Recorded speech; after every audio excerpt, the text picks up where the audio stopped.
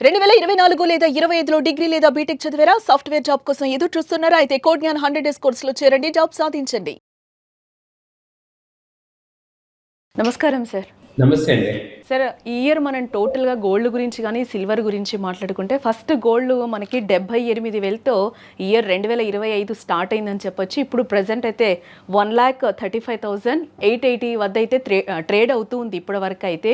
ఏంటి ఈ మనం జనవరి ఫస్ట్ ఇయర్ మొత్తం చూసుకుంటే గోల్డ్ రేట్ ఏ విధంగా ఉంది అని అంటారు? అసలు 2026లో మనం గోల్డ్ కొనడం సాధ్యం అంటారా? అసాధ్యం అంటారా? అడిగారండి. యాక్చువల్‌గా ఈ ఇయర్ మొత్తం అసలు గోల్డ్ చూసుకుంటే ఎంత పెరిగింది? ఎందుకు ఇంత పెరిగింది? ఎప్పుడు లేనిది ఇంత డ్రాస్టిక్‌గా ఎలా ఉంది ఏంటని చూసుకుంటే, మనం అనుకున్నట్టు ఇది ఫస్ట్ 80,000 దగ్గర ఉంది ఇయర్ జనవరి ఆ టైంలో 75, 80,000 దగ్గర ఉంది. అక్కడి నుంచి వాళ్ళ 135 ఆ రేంజ్‌కి వచ్చింది. సో, దాదాపు 50, 60 పాయింట్స్ పెరిగింది. సో, ఎప్పుడు లేనంత మార్పు ఈ ఇయర్‌లో జరిగింది. దీనికేంటంటే ప్రధానంగా 2 కారణాలున్నాయి. ఒకటేంటంటే ఈ ఉక్రెయిన్, ఈ రష్యా యుద్ధాలు ఈ ఇయర్ చాలా ఒక 5, 6 యుద్ధాలు జరిగాయి ప్రపంచంలో. వాటన్నిటి వల్ల ఏమైందంటే కంప్లీట్‌గా అన్‌సర్టెనిటీ అనేది మార్కెట్ మొత్తం ప్రివైల్ అయింది.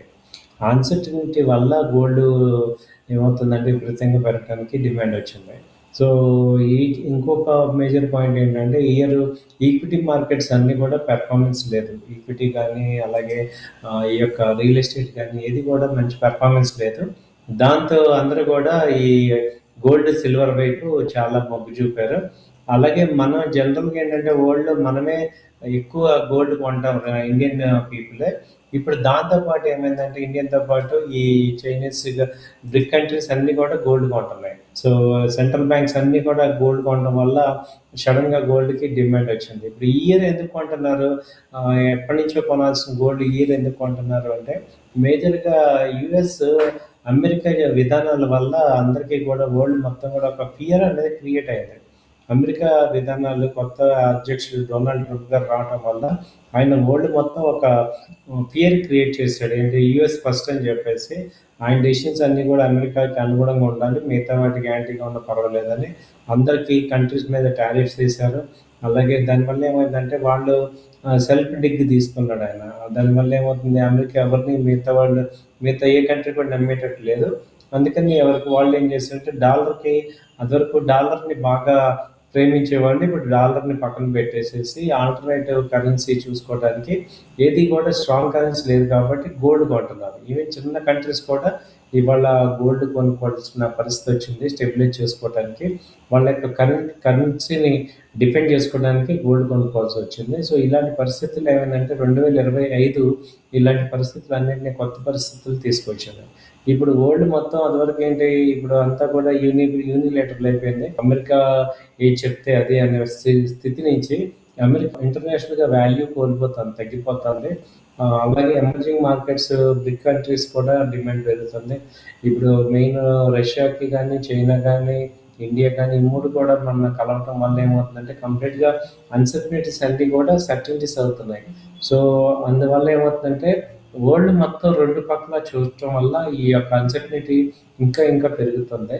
సో, ఇదొక తీవ్రంగా అయ్యే ఛాన్సెస్ కనపడుతున్నాయి. ఇంతవరకు కూడా మనకి ఇండియా, యూఎస్ ట్రేడ్ జరిగేది. లాస్ట్ 20 ఇయర్స్ ఇండియాకి, యూఎస్‌కి మంచి ట్రేడు, మంచి సన్నిహిత సంబంధాలుండేవి. ఇప్పుడు అవి ఏంటంటే 1 ఇయర్‌లో చాలా క్షీణించాయి. యూఎస్ మీద టారిఫ్స్ ఎక్కువ పెట్టారు ఇండియన్ గవర్నమెంట్ మీద. ఇండియన్ మీద టారిఫ్స్ ఎక్కువ పెట్టడం. వీటన్నిటి రీజన్స్ చూస్తే గోల్డ్ అనేది ఇక సేఫ్ అసెట్ అనేది అర్థమవుతుంది. ఇప్పుడు ఇండియా టారిఫ్ లేకపోవటం వల్ల ఇండియా అంతా కూడా అన్సర్టెనిటీగా ఉంది. ఏ కంపెనీస్ కూడా పెర్ఫార్మెన్స్ లేకపోవటం, దానివల్ల స్టాక్ మార్కెట్ తగ్గటం, ఇవన్నీ కూడా కంప్లీట్‌గా ఏమైందంటే 1కి 2 యాడ్ అయ్యి ఈ మార్కెట్స్, ఈక్విటీ మార్కెట్స్ డౌన్ అవ్వటం, ఇవన్నీ కూడా యాడ్ అవ్వటం వల్ల గోల్డ్ మీద ఎక్కువ పెట్టుబడులు పెట్టడం జరిగింది. దానివల్ల అది కంటిన్యూగా పెరుగుతుంది. సో, ఈ లాస్ట్ 3 డేస్ నుంచే కొంచెం డిప్ వచ్చింది. ఈ మధ్య డిప్ తగ్గినా గానీ మళ్ళీ ఎమ్మటే కూడా పెరుగుతుంది. Right sir. Thank you so much. Thank you. నమస్కారం సార్. నమస్తే అండి.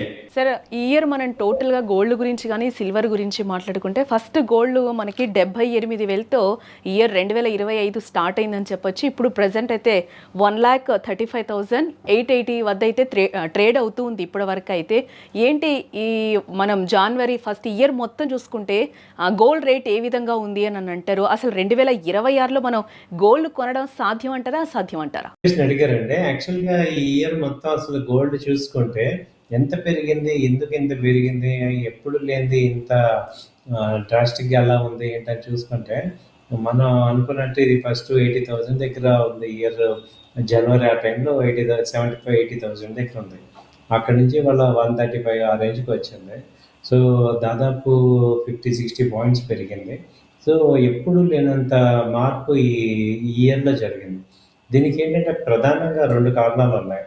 ఒకటి ఏంటంటే ఈ ఉక్రెయిన్, ఈ రష్యా యుద్ధాలు ఈ ఇయర్ చాలా ఒక 5-6 యుద్ధాలు జరిగాయి ప్రపంచంలో. వాటన్నిటి వల్ల ఏమైందంటే కంప్లీట్‌గా అన్సర్టనిటీ అనేది మార్కెట్ మొత్తం ప్రివైల్ అయింది. ఆ అన్సర్టనిటీ వల్ల గోల్డ్ ఏమవుతుందంటే విపరీతంగా పెరగడానికి డిమాండ్ వచ్చింది. సో ఈ ఇంకొక మేజర్ పాయింట్ ఏంటంటే ఇయర్ ఈక్విటీ మార్కెట్స్ అన్నీ కూడా పెర్ఫార్మెన్స్ లేదు. ఈక్విటీ కానీ అలాగే ఈ యొక్క రియల్ ఎస్టేట్ కానీ ఏది కూడా మంచి పెర్ఫార్మెన్స్ లేదు. దాంతో అందరూ కూడా ఈ గోల్డ్, సిల్వర్ వైపు చాలా మొగ్గు చూపారు. అలాగే మనం జనరల్‌గా ఏంటంటే వరల్డ్‌లో మనమే ఎక్కువ గోల్డ్ కొంటాం ఇండియన్ పీపులే. ఇప్పుడు దాంతో పాటు ఏమైందంటే ఇండియాతో పాటు ఈ చైనీస్, బ్రిక్ కంట్రీస్ అన్నీ కూడా గోల్డ్ కొంటున్నాయి. సో సెంట్రల్ బ్యాంక్స్ అన్నీ కూడా గోల్డ్ కొనడం వల్ల సడన్‌గా గోల్డ్‌కి డిమాండ్ వచ్చింది. ఇప్పుడు ఈ ఇయర్ ఎందుకు కొంటున్నారు?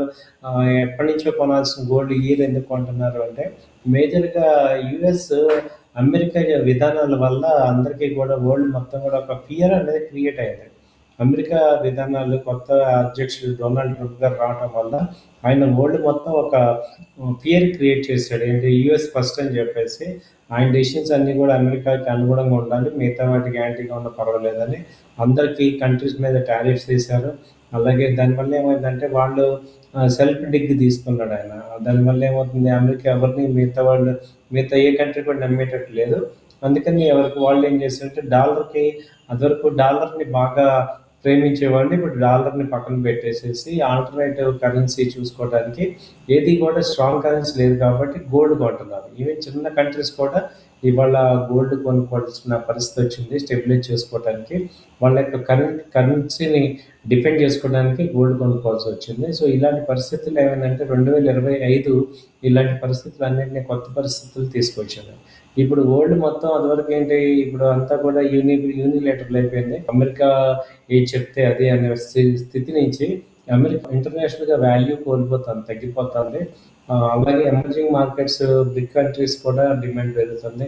ఇప్పుడు మెయిన్ రష్యాకి కానీ, చైనా కానీ, ఇండియా కానీ ఈ 3 కూడా మన కలవటం వల్ల ఏమవుతుందంటే కంప్లీట్‌గా అన్సర్టనిటీస్ అన్నీ కూడా సర్టనిటీస్ అవుతున్నాయి.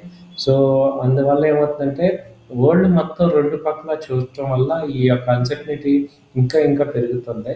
సో ఇదొక తీవ్రంగా అయ్యే ఛాన్సెస్ కనపడుతున్నాయి. ఇంతవరకు కూడా మనకి ఇండియా యూఎస్ ట్రేడ్ జరిగేది. లాస్ట్ 20 ఇయర్స్ ఇండియాకి యూఎస్‌కి మంచి ట్రేడ్, మంచి సన్నిహిత సంబంధాలు ఉండేవి. ఇప్పుడు అవి ఏంటంటే 1 ఇయర్‌లో చాలా క్షీణించాయి. యూఎస్ మీద టారిఫ్స్ ఎక్కువ పెట్టారు ఇండియన్ గవర్నమెంట్ మీద. ఇండియన్ మీద టారిఫ్స్ ఎక్కువ పెట్టడం, వీటన్నిటి రీజన్స్ చూస్తే గోల్డ్ అనేది ఇక సేఫ్ అసెట్ అనేది అర్థమవుతుంది. ఇప్పుడు ఇండియా టారిఫ్ లేకపోవటం వల్ల ఇండియా అంతా కూడా అన్సర్టనిటీగా ఉంది. ఏ కంపెనీస్ కూడా పర్ఫార్మెన్స్ లేకపోవటం, దానివల్ల స్టాక్ మార్కెట్ తగ్గటం, ఇవన్నీ కూడా కంప్లీట్‌గా ఏమైందంటే 1కి 2 యాడ్ అయ్యి ఈ మార్కెట్స్, ఈక్విటీ మార్కెట్స్ డౌన్ అవ్వటం, ఇవన్నీ కూడా యాడ్ అవ్వటం వల్ల గోల్డ్ మీద ఎక్కువ పెట్టుబడులు పెట్టడం జరిగింది. దానివల్ల అది కంటిన్యూగా పెరుగుతుంది.